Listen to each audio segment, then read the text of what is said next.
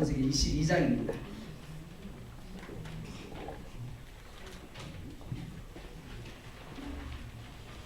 창세기 22장 우리 1절로 19절까지의 말씀 함께 보도록 하겠습니다. 22장 1절로 19절까지의 말씀입니다. 1절 제가 봅니다. 그 일 후에 하나님이 아브라함을 시험하시려고 그를 부르시되 아브라함 하시니 그가 이르되 내가 여기 있나이다.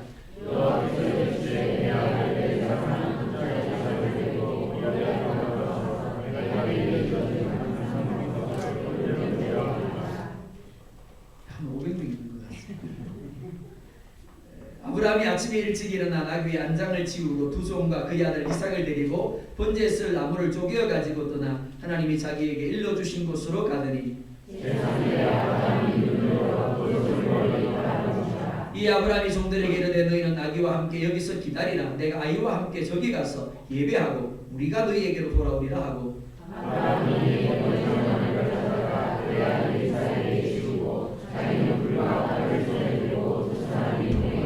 이삭이 그 아버지 아브라함에게 말하여 이르되 내 아버지여 하니 그가 이르되 내 아들아 내가 여기 있노라. 이삭이 이르되 불과 나무는 있거니와 번제할 어린 양은 어디 있나이까.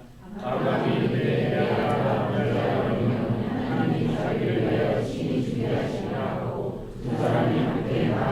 하나님이 그에게 일러주신 곳에 이른지라. 이에 아브라함이 그곳에 제단을 쌓고 나무를 버려놓고 그의 아들 이삭을 결박하여 제단 나무 위에 놓고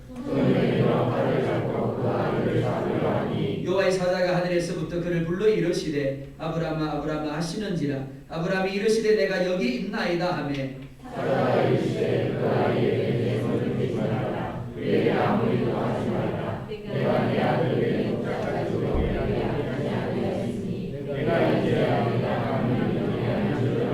아브라함이 눈을 들어 살펴본즉 한 순양이 뒤에 있는데 뿔이 수풀에 걸려 있는지라. 아브라함이 가서 그 순양을 가져다가 아들을 대신하여 번제로 드렸더라. 아브라함이 그 땅 이름을 여호와 이레라 하였으므로 여호와의 사자가 하늘에서부터 두 번째 아브라함을 불러 이르시되 여호와께서 이르시기를 내 아들을 기억하는 사람이 내 아들과 지행하여 내 아들의 목자로 아끼지 아니하였으니 내가 내게 큰 복을 주고 내 씨가 크게 번성하여 하늘의 별과 같고 바닷가의 모래와 같게 하리니 내 씨가 그 대적의 성문을 차지하리라.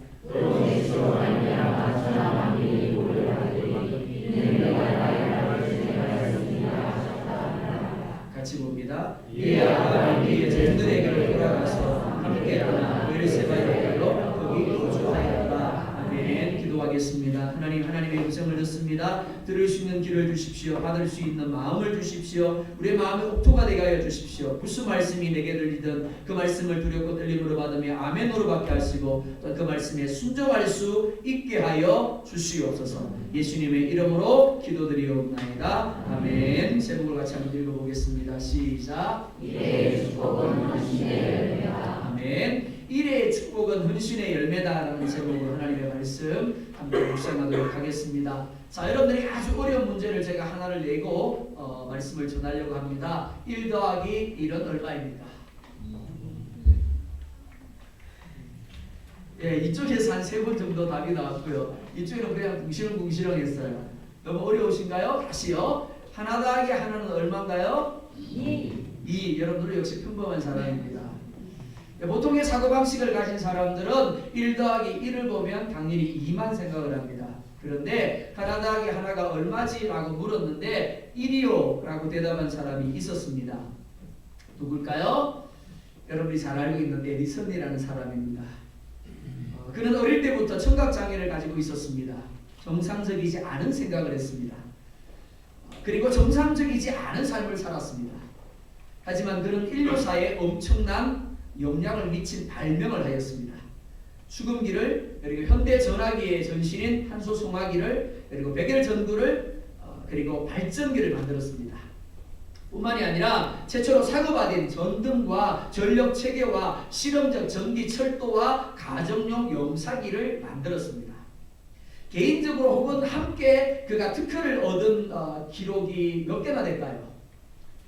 무려 1100개 정도가 된다고 합니다. 정확하게 1093개입니다. 이런 에디슨의 삶을 평범한 삶이라고 그저 그런 삶이라고 이야기할 사람은 아무도 없을 겁니다.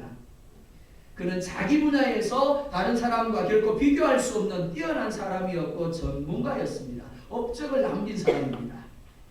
정상적이지 않은 육체를 가졌습니다. 정상적이지 않은 사고방식을 가졌습니다. 그래서 사람들이 그와 함께하지 않으려고 했습니다. 그는 학교를 다닐 수도 없었습니다. 그럼에도 불구하고 그는 올인했습니다. 헌신했습니다. 그 결과 어느 누구도 하지 못한 무려 1100개나 되는 위대한 발명을 만들어낸 사람이 되었습니다. 오늘 본문은 저와 여러분들이 이미 잘 알고 있는 말씀입니다. 아브라함의 생애에 있어서 가장 위기의 순간이기도 하고 축복의 순간이기도 한 시험을 기록하고 있습니다. 아브라함 역시 에디슨처럼 탁월한 삶을 산 사람이었습니다. 그의 생애는 하나님의 임재와 하나님의 일의 축복으로 가득한 삶이었습니다. 하지만 그러한 그의 생애는 결코 저절로 이루어지지 않았습니다.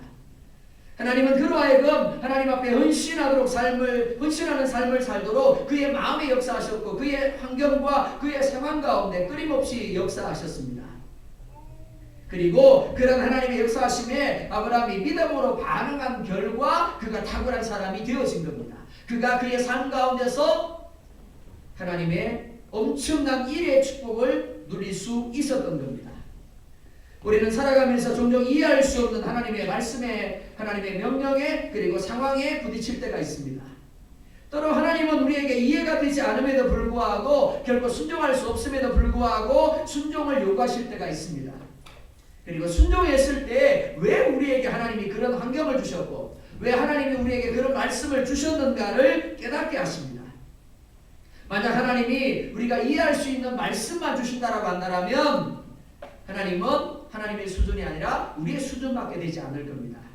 하지만 하나님이 가진 수준은 우리의 수준이 아니기에 우리는 때때로 하나님의 말씀 앞에서 고개를 갸우뚱합니다. 우리가 보게 되는 상황 앞에서 고개를 갸우뚱할 수밖에 없는 겁니다. 왜요? 우리의 낮은 수준에서 하나님을 이해하려니까 이해가 되지 않는 겁니다. 그래서 성경은 때로 이해가 되지 않을지라도 때로 아프고 힘들지라도 때로 손해가 되어도 믿음으로 억지로라도 순종해야 한다라고 가르치고 있는 겁니다. 그것을 가리켜서 헌신이라고 할 수 있습니다. 그것을 가리켜서 올인이라고 할 수 있습니다.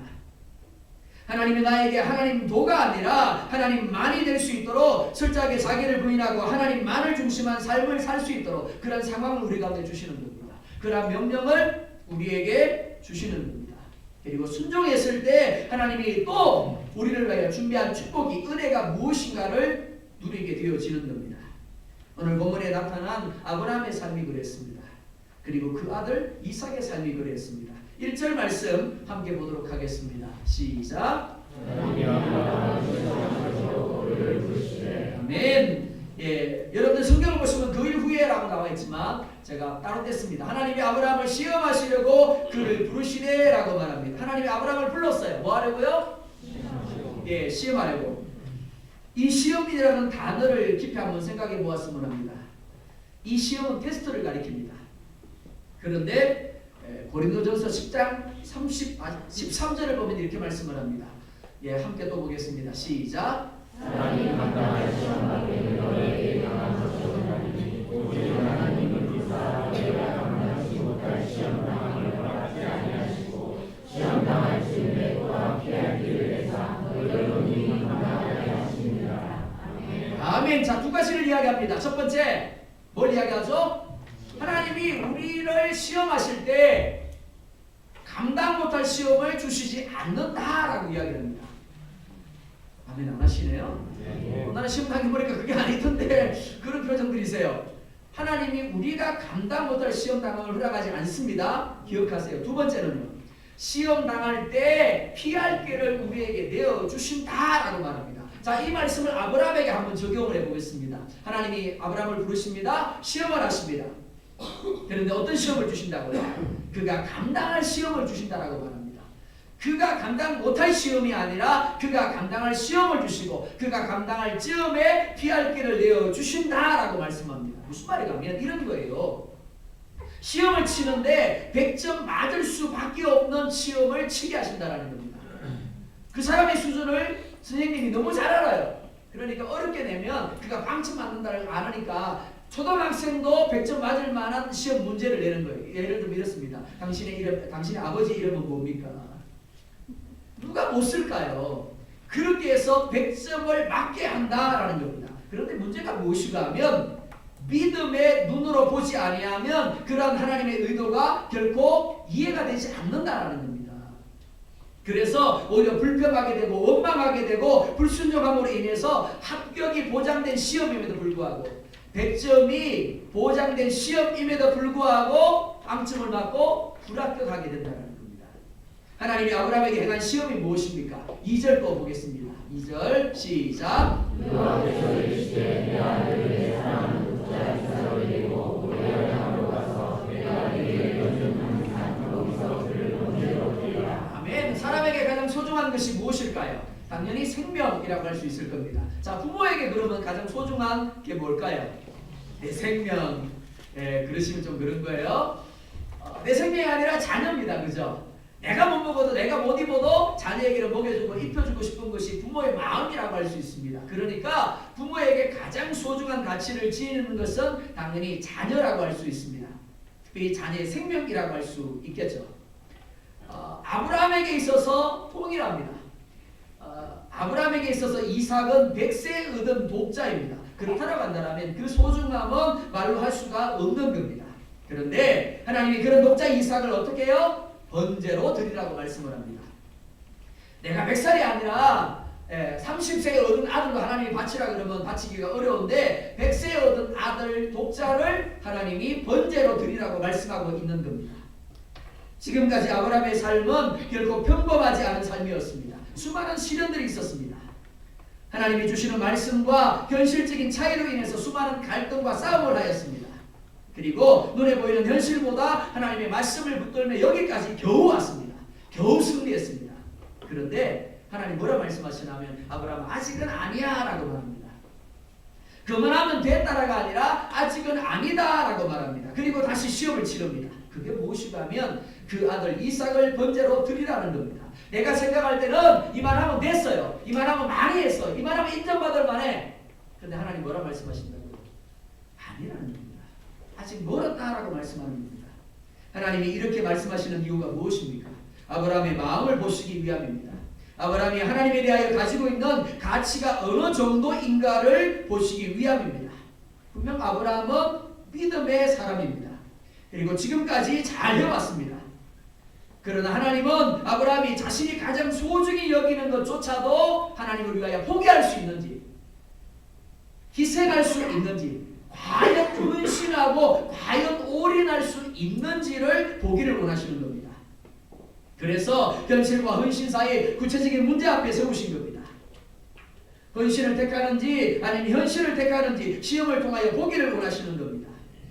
아브라함에게 있어서 이삭은 단순한 아들 이삭의 의미를 가지고 있습니다. 어느 부모에게나 마찬가지겠지만 특별히 이삭은 아브라함의 모든 것입니다.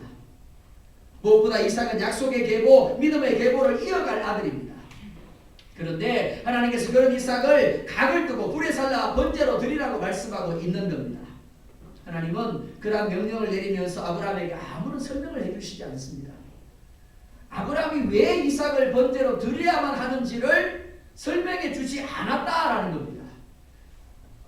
잠깐, 아주 잠깐 너의 믿음을 보려고 하는 거니까 이삭을 드리기만 하면 내가 이삭을 다시 살려주겠다고 하지 않았습니다. 이삭은 본래부터 네 것이 아니라 내 것이니까 나에게 돌려달라고도 말씀하지 않았습니다. 무조건 막무가내로 이삭을 데리고 모리아산으로 가서 번제로 드리라고 했을 뿐입니다. 특별히 이러한 하나님의 요구는 하나님이 주신 약속의 말씀과 일치되지 않는 것이었습니다.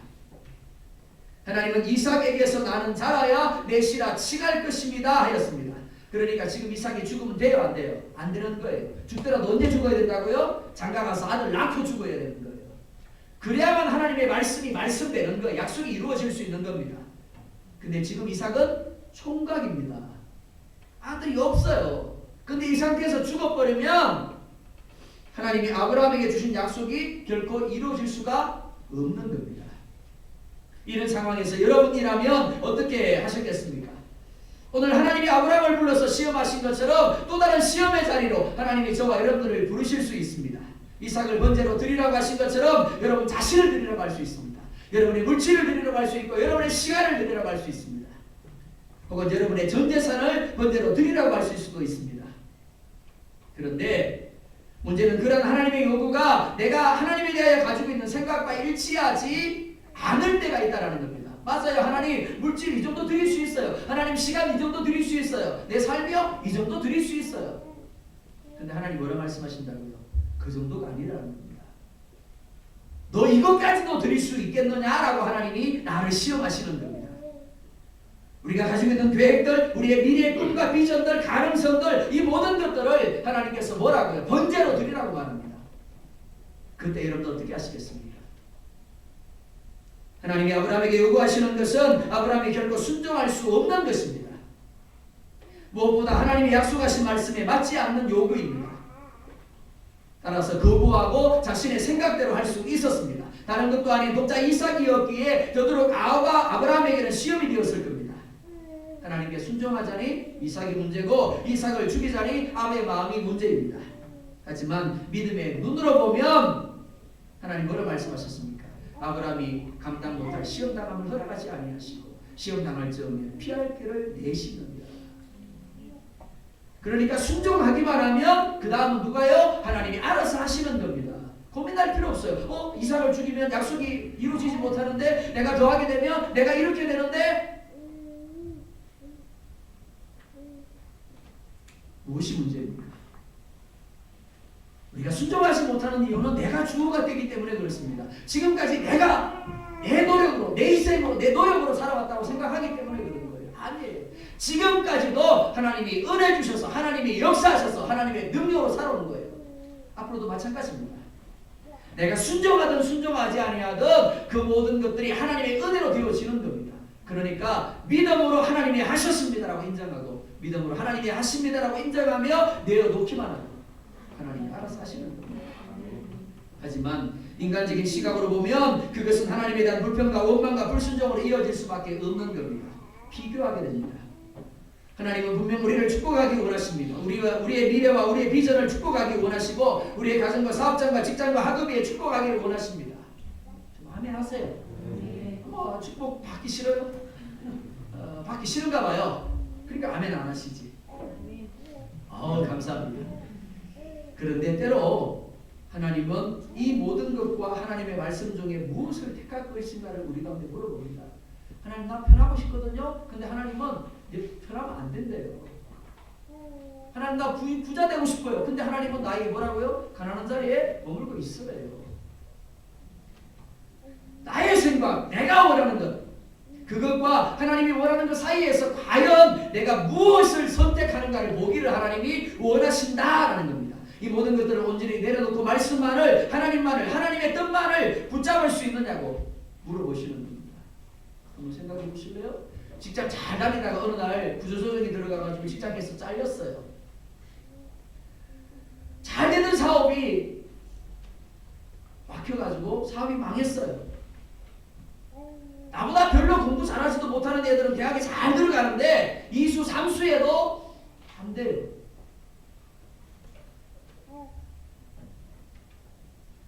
대학 졸업하고 나름대로는 공부 열심히 했다고 생각을 했는데 직장마다 지원서를 내도 불러주는 데가 없습니다. 그래도 말씀만을 붙잡을 수 있겠는가? 아브라함에게 이삭이 있었듯이 우리 모두에게는 나름대로 소중한 것들이 있습니다. 물질일 수도 있고요. 혹은 가정일 수도 있고요. 직장 혹은 사업장일 수도 있습니다. 아니면 나의 감정일 수도 있습니다. 나의 자존심일 수도 있습니다. 그런데 하나님은 내가 가장 소중히 여기는 하나님 다 내어드려도 이것만큼은 안 돼요라고 지키고 있는 바로 그 하나조차도 나를 위하여 내어놓을 수 있겠느냐라고 묻고 있는 겁니다. 그러면서 우리를 막다른 골목으로 몰고 가시는 겁니다. 그때 우리가 어떻게 해야 합니까? 말씀을 붙들어야 하는 겁니다. 사실 우리에게는 미래에 대한 불안과 두려움이 있습니다. 신학에 대한 불안이 있고 다른 사람에 비해서 뒤떨어질까 염려합니다. 직장에서, 학교에서, 가정과 사업장에서 우리는 언제나 인간적인 염려와 불안한 가운데 살아갑니다. 우리 머릿속에는 정말 터질 것 같은 수많은 생각들이 하루하루마다 계속해서 바뀌어지고 또 바뀌어집니다. 그런데 그때 하나님이 묻습니다. 네 머릿속에 있는 그 모든 것들을 나를 위하여 포기할 수 있겠는가? 내려놓을 수 있겠는가? 번제로 드릴 수 있겠느냐라고 물으시는 겁니다. 주님의 요구대로 모든 것을 번제로 드려 주님께 맡기고 말씀만을 목숨 걸고 붙들게 되면 더 이상 불안과 두려움과 부정적인 감정의 자리에 머물 이유가 없는 겁니다. 그 다음부터는 하나님이 알아서 하시는 거예요. 하나님이 책임지시겠다고 약속하셨으니 반드시 그렇게 하실 것이기 때문에 그렇습니다. 아브라함이 결코 순종할 수 없는 상황에서 어떻게 하고 있습니까? 3절 보겠습니다. 시작. 아브라함이 하시되 일어나 나를 앉아주시고 또 종과 함께 하는 여자를 데리고 번제를 나무를 쪼개어 가지고 떠나 하나님이 자기에게 일러주신 곳으로 가더니 아멘. 도저히 이해가 되지 않는 명령입니다. 그런데 아브라함은 고민하지 않습니다. 아브라함은 주저하지 않습니다. 아침에 일찍이 일어나 하나님이 정한 산으로 나아갑니다. 자, 한번 생각해 보자고요. 아브라함이 갈등했다 안 했다? 예, 했다가 맞습니다. 우리가 성경을 보면 항상 잊지 말아야 할 것이 무엇이고 하면, 착각하지 말아야 할 것이 무엇이고 하면, 성경에 나오는 사람들은 우리와 다른 사람이야, 특별한 사람이야, 그렇게 생각하시면 안 됩니다. 똑같은 사람입니다. 우리가 새벽에 지금 사무엘 하를 살펴보고 있는데 다윗이 우리와 다르다고요, 같다고요? 똑같아요. 하나님의 은혜가 떨어져 버리니까 괜히 왕궁에 올라가서 보지 말아야 될 여인의 모습을 보고 그 여인이 누구인가를 알고도 데려와서 동침하고 그걸 숨기려고 충성스러운 우리아를 수단 방법 가리지 않고 죽이는 인간이 다윗이라는 인간이에요. 그러니까 우리와 다르더라 안 다르더라? 안 달라요. 똑같아요. 착각하시면 안 됩니다. 그들은 우리와 다르기 때문에 그렇게 했더라? 아니에요. 아브라함이 분명히 갈등했을 겁니다. 고민했을 겁니다. 아비로서 자식에게 갖고 있는 마음이 그를 힘들게 하고 갈등하게 하였을 겁니다. 그런데 그가 내린 결론이 뭔데요? 말씀을 붙들기로 결론을 내립니다. 자신의 인간적인 마음을 내려놓기로 결론을 내립니다. 아비의 마음보다 말씀을 택하기로 결정을 한 겁니다. 사역을 하다 보면 자녀를 둔 많은 부모들을 보게 됩니다. 부모의 마음에 매여 있는 성도들을 보기도 하고 철저하게 말씀에 붙들려 있는 성도들을 보기도 합니다. 부모가 부모의 마음을 갖는다는 것 너무나 당연한 것입니다. 그런데 문제는 부모의 마음이 말씀보다 앞설 때가 있다라는 겁니다. 그 결과가 뭔데요?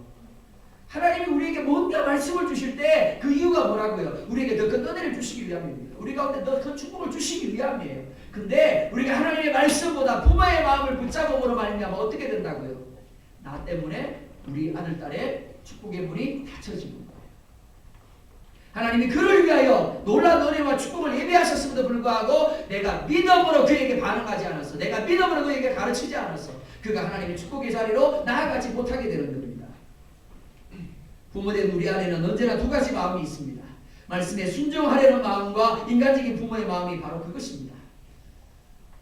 방학했습니다, 애들이. 사실은 제 욕심은 매일같이 우리 현빈이 나은이를 새벽에 데려오고 싶어요.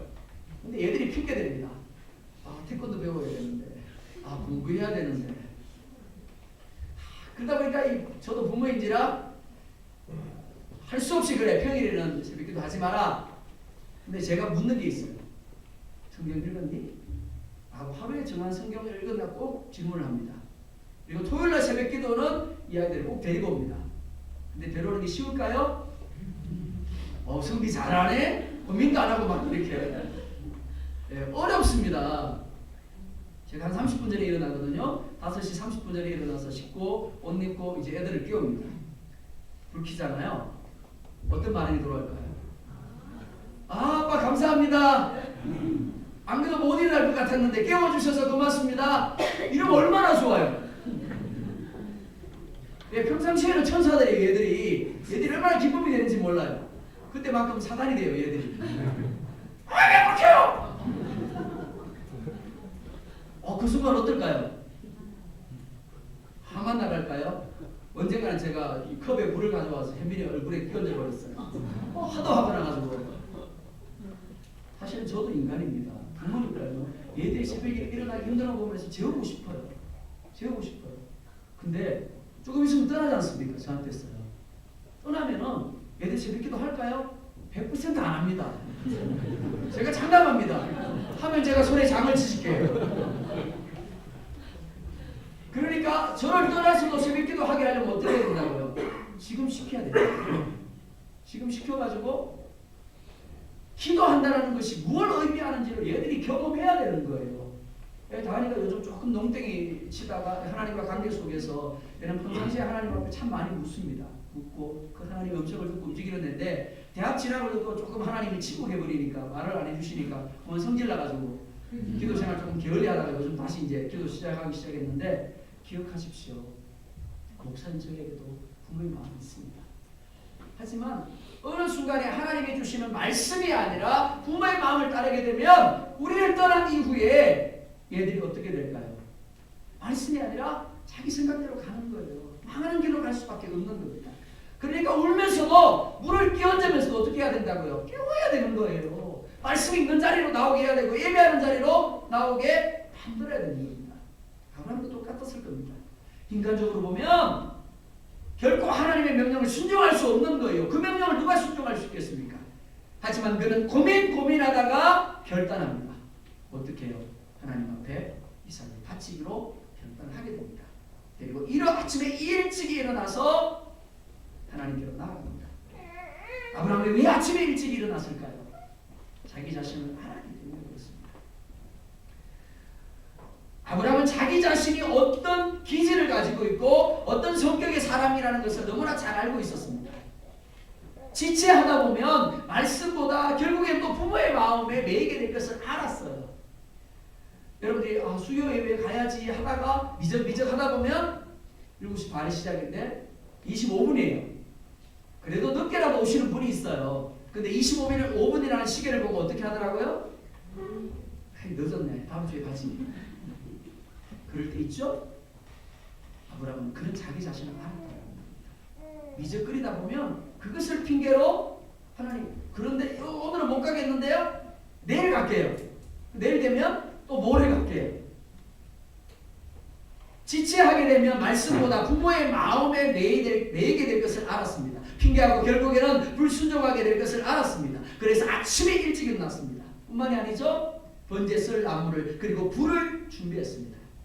이렇게 우리가 진정으로 하나님 말씀에 순종하는 믿음의 삶을 살기를 원한다면 내가 어떤 존재인가를 올바로 알아야 합니다. 그리고 핑계치 못하도록 철저하게 준비하고 계획적이고 의도적인 삶을 살 수 있어야 하는 겁니다. 늘상 기질과 성격 때문에 후회합니다. 그런데도 늘 말씀을 통해서 자신을 통제하고 의도적으로 그런 상황에 나아가지 않도록 하는 것이 아니라 늘 그 상황에서 이야기하는 게 뭐냐면 하나님 연약합니다. 부족합니다. 그래서 넘어집니다. 제가 늘 말씀드리죠. 송구 영신의 기도 똑같다고요. 따로 회개 기도할 필요가 없고 녹음해놨다가 그 다음에 틀어도 될 정도로 똑같습니다. 왜 그럴까요? 자기 자신을 안다라면 그런 자기 자신이 핑계하지 않도록 해야 되는데 아니요. 자기 자신을 알면서도 늘 똑같은 핑계 자리로 나아가더라는 겁니다. 아브라함은 그렇게 하지 않았다라는 겁니다. 나의 기질과 성격의 문제가 무엇인지를 알아야 합니다. 관계의 문제를 알아야 합니다. 시간 관리의 문제를 알아야 합니다. 아브라함은 자기 자신을 알았습니다. 그래서 아침 일찍 일어났습니다. 그리고 철저하게 준비를 했습니다. 뿐만 아니라 자기와 함께하고 있는 아내에 대해서도 잘 알았습니다. 그래서 이삭을 제물로 드려야 한다는 것을 아내에게 입도 번긋하지 않습니다. 사라가 가지고 있는 믿음의 분량을 알았기 때문에 그렇습니다. 그가 가지고 있는 사랑의 분량을 알았기 때문에 그렇습니다. 그래서 이야기했다가는 이삭을 번제로 드리지 못한다는 것을 너무나 잘 알았기에 그에게 이야기하지 아니하고 아침 일찍 일어나서 떠나버린 겁니다. 사랑하는 성도 여러분, 신앙생활에서 누구 때문이라고 말해서는 안 됩니다. 왜냐하면 이미 우리는 자기 자신에 대하여 그리고 우리와 함께하고 있는 사람들에 대해서 너무 잘 알고 있기 때문에 그렇습니다. 우리 애기가 예배 때만 되면 성질낸다는 거 알아. 그렇죠? 근데 문제가 뭐예요? 그 시간에 성질 내는 것 때문에 결국 예배 안 오는 거예요. 그러니까 그 모든 것들에 있어서 핑계거리가 되지 아니하도록 걸림돌이 되지 아니하도록 의도적인 관계 그리고 의도적으로 준비를 할 수 있어야 되는 겁니다. 그래야만 우리의 믿음 생활이 방해를 받지 않는 겁니다. 그래야만 그 모든 관계들이 우리를 넘어뜨리는 도구로 쓰임받지 않는 겁니다. 누구 때문이라고 말하지 마시기 바랍니다. 문제는 잘 알면서도 제대로 대처하지 못한 나 때문인 거예요. 남편, 아내, 애기 아니에요. 누구 꼴보기 싫어서 아는데 정말 그럴까요? 아니요.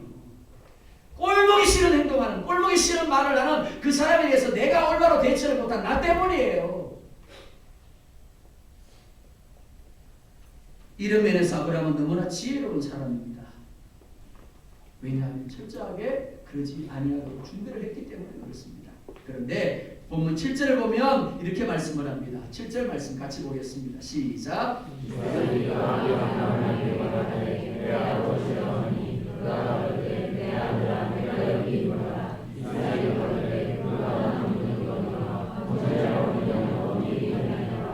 아멘. 아브라함은 자기 안에 있는 유혹을 잘 떨쳐내었습니다. 오직 약속의 말씀만을 붙잡고 3일 길을 걸어갑니다. 그런데 산을 오르면서 이삭이 한마디 말을 던집니다. 그 순간 아브라함이 비틀거리게 됩니다. 넘어집니다. 이삭의 말 한마디로 인해서 지금과 잘 버텨온 마음이 흔들릴 수 있는 상황이 되어버린 겁니다. 우리에게도 이와 같은 상황이 주어질 때가 있습니다. 말씀을 들었습니다. 찬양을 합니다. 기도를 합니다. 그래서 하나님의 은혜를 받았어요. 깨달았어. 아, 내가 이제부터 이렇게 해야지. 그래서 잘 달려갑니다. 그런데 문제가 뭔데요? 그리고 달려가다가 주변에 한 사람이 그냥 무심코 던진 말 한마디가 그리고 내가 본 어떤 상황들이 나로 하여금 가는 그 길을 비틀거리게 만들 수 있다라는 겁니다. 베드로가 무리를 걷습니다. 예수님이 무리를 걸어오는 것을 보고 이렇게 말합니다. 주시거든 나로 하여금 무리를 걷게 하소서. 참 대단한 말 아닙니까? 예수님이 이렇게 말합니다. 오라. 예수님은 베드로에게 중력의 법칙을 가르치지 않았어요. 그가 어떻게 무리를 걸을 수 있는가를 가르쳐주지 않았습니다. 단순히 오라 그럽니다. 그러자 베드로가 그 말씀을 듣고 배에서 내려서 무리를 걷습니다. 와, 대단하죠? 나도 그렇게 한번 걸어봤습니다. 베드로가 무리를 걷고 있을 때 주변에서 풍랑이 치고 있었습니다. 그런데 그가 주님만을 바라보고 걸어갈 때 그는 물에 빠지지 않고 무리를 걷고 있습니다. 그런데 어느 순간 그가 눈을 돌려서 주님이 아닌 풍랑을 봅니다. 어떻게 되었더라고요? 잘하시네요. 예, 믿음의 길을 말씀을 붙잡고 잘 가고 있었는데 예수님이 아니라 누구를 보니까 옆에 있는 사람을 보니까 옆에 있는 상황을 보니까 물에 빠져 들어가더라.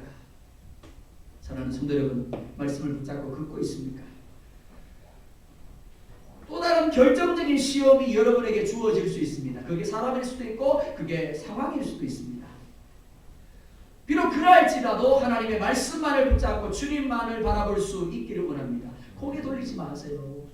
고개 돌리지 마세요. 고개 돌리면 지는 겁니다. 돌리는 순간에 나도 베드로처럼 잠수할 수밖에 없는 거예요. 아브라함의 아들 이삭에게 하는 말이 무엇입니까? 같이 보겠습니다. 시작.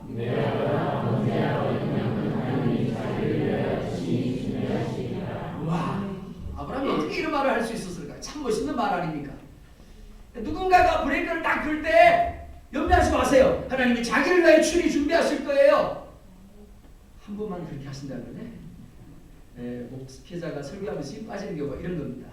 아멘 하고 화답을 해줘야 저도 신이 나서 설교를 할 수 있는데 보세요. 아브라함이 그 순간에 고민을 안 했을까요? 고민했을 겁니다. 그런데 말합니다. 하나님이 자기를 위하여 친히 준비하십니다. 왜요? 아브라함이 이렇게 말하는 이유가 뭔데요? 그 증거가 바로 앞에 있지 않습니까? 증거가 뭔데요? 이삭이잖아요. 자, 75세 때 가나안을 떠날 때 하나님 뭐라 말씀하세요? 이 땅을 너와 내 자손에게 줄 것이다. 그리고 또요, 자손의 복을 줄 것이다. 그리고 네가 복이 될 것이다 라고 하셨어요. 근데 25년 만에 하나님이 이삭을 주셨단 말이에요. 아브라함이 믿었더라 안 믿었더라? 안 믿었어요. 안 믿었어요. 아브라함과 이삭이 뭐라 그러는데요? 웃었더라 그렇지 않습니까? 속으로 하나님을 조롱하고 비웃었대요. 아니 내가 할아버지고 내가 노인인데 무슨 애를 가져? 자, 예를 들어볼까요? 쉽게 여기 연세가 제일 많은 분이 우리 양정희 성도님이신가요? 이하정 목사님이신가요? 자, 하나님이 어느 날 꿈에 나타나가지고 네가 내년에 아들을 낳을 거야.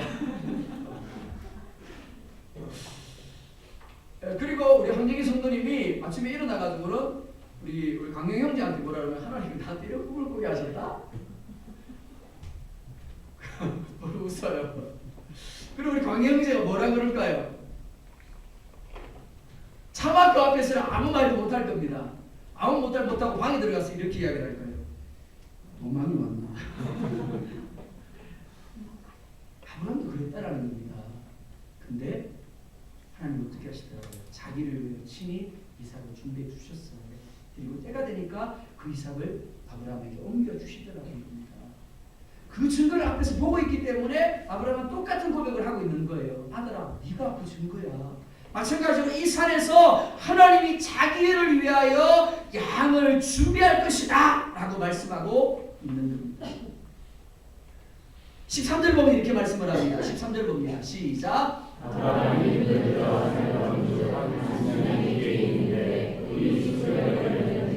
아멘. 순양이 언제부터 그곳에 있었는지 알 수 없습니다. 중요한 것도 아니에요. 분명한 것은 주님이 자기를 위하여 친히 준비해 두셨다라는 겁니다. 민수기 14장 28절 같이 보겠습니다. 패스 안 해? 넘겨주세요. 민수기 안 들어가 있어요?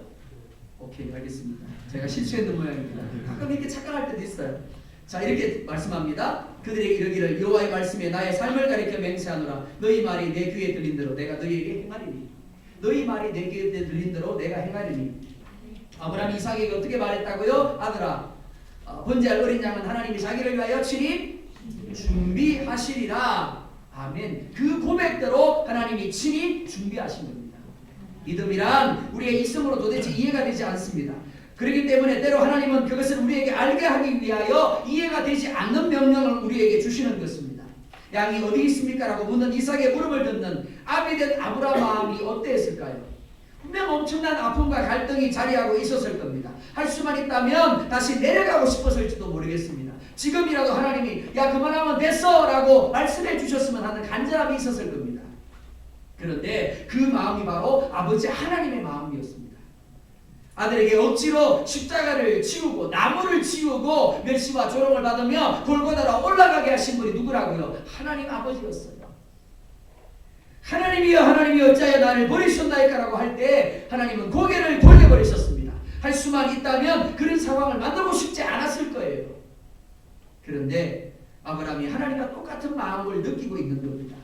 이삭이 똑같이 자기를 태울 나무를 지고 산을 오르고 있는 겁니다. 이것이 하나님의 뜻입니다. 자기 아들을 죽임으로 믿음의 계보를 이어가게 하는 겁니다. 자기 아들을 번제로 드림으로 믿음의 계보를 이어가게 하시는 겁니다. 올인이라는 헌신이라는 결단을 통해서 또 다른 생명의 탄생과 축복을 이루어 가시는 겁니다. 믿음은 아는 겁니다. 그리고 반응하는 겁니다. 아브라함은 하나님이 어떤 분인가를 알았습니다. 그리고 자기 아들을 번제로 드리는 순종으로 하나님 앞에 반응했습니다. 올인하였습니다. 헌신하였습니다. 이것이 믿음입니다. 사랑하는 여러분, 생각나는 대로 움직이지 마시기 바랍니다. 감정대로 움직이지 마시기 바랍니다. 이성이 이끄는 대로 반응하지 마시기 바랍니다. 말씀 앞에 자기 자신을 번제로 드리는 훈련을 반복적으로 하시기 바랍니다. 지금 잘 안 될 수 있습니다. 하지만 아브라함처럼 해야 되는 거예요.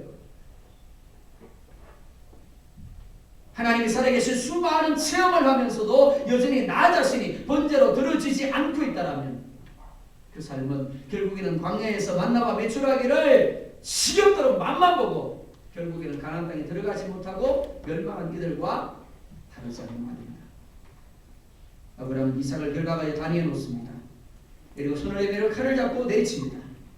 주저하지 않습니다. 갈등하지 않습니다. 아들에 대한 아쉬움이나 미련이 남아있지 않습니다. 오직 말씀, 오직 하나님만 그의 마음을 가득 채우고 있었을 뿐입니다. 올인했고 헌신했습니다. 그때 하나님 뭐라 말씀합니까? 12절 같이 보겠습니다. 시작.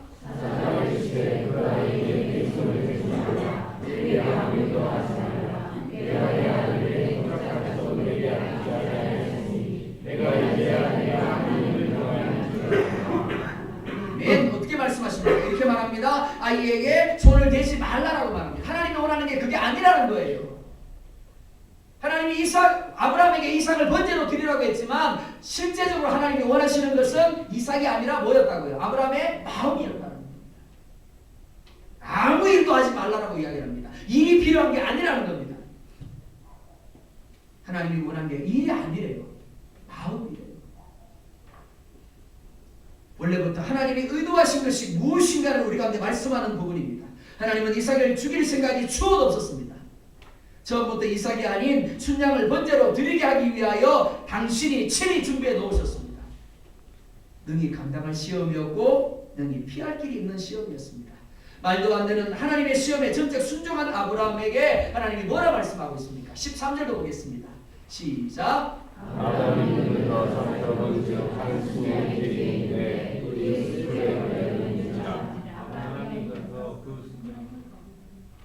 하나님 어떻게 했다고요? 순양을 준비해 놓았다라고 말씀하고 있죠? 근데 그 순양이 언제 보였어요?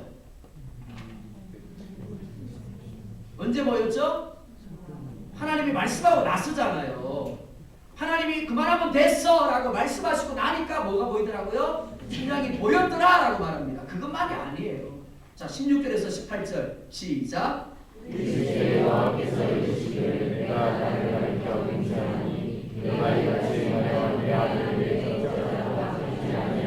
네, 거기까지만 볼게요. 자, 뭐라고 이야기를 합니까? 네가 이같이 행하여 내 아들 내 독자라도 아끼지 아니하였은즉 라고 말합니다. 아끼지 아니하였은즉이라는 마음을 하나님이 보기를 원하신 거예요. 헌신하는 마음, 올인하는 마음을 보시기를 원하는 거예요. 하나님 종일만큼은 안 돼요. 종일은 되는데 종일은 안 돼요. 아니요.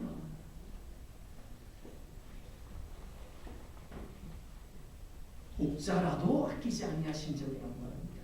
우리가 최후의 보루로 삼고 있는 이것조차도 하나님 앞에 내어드려서 이것까지도 가될 때 하나님 어떻게 말씀하십니까? 그 다음에 넘겨주세요. 시작. 내가 네게 금복을 주고 내 씨가 크게 번성하여 하늘의 별과 같고 바다의 모래와 같이 하리니 내 씨가 그 대적의 성문을 차지하리라.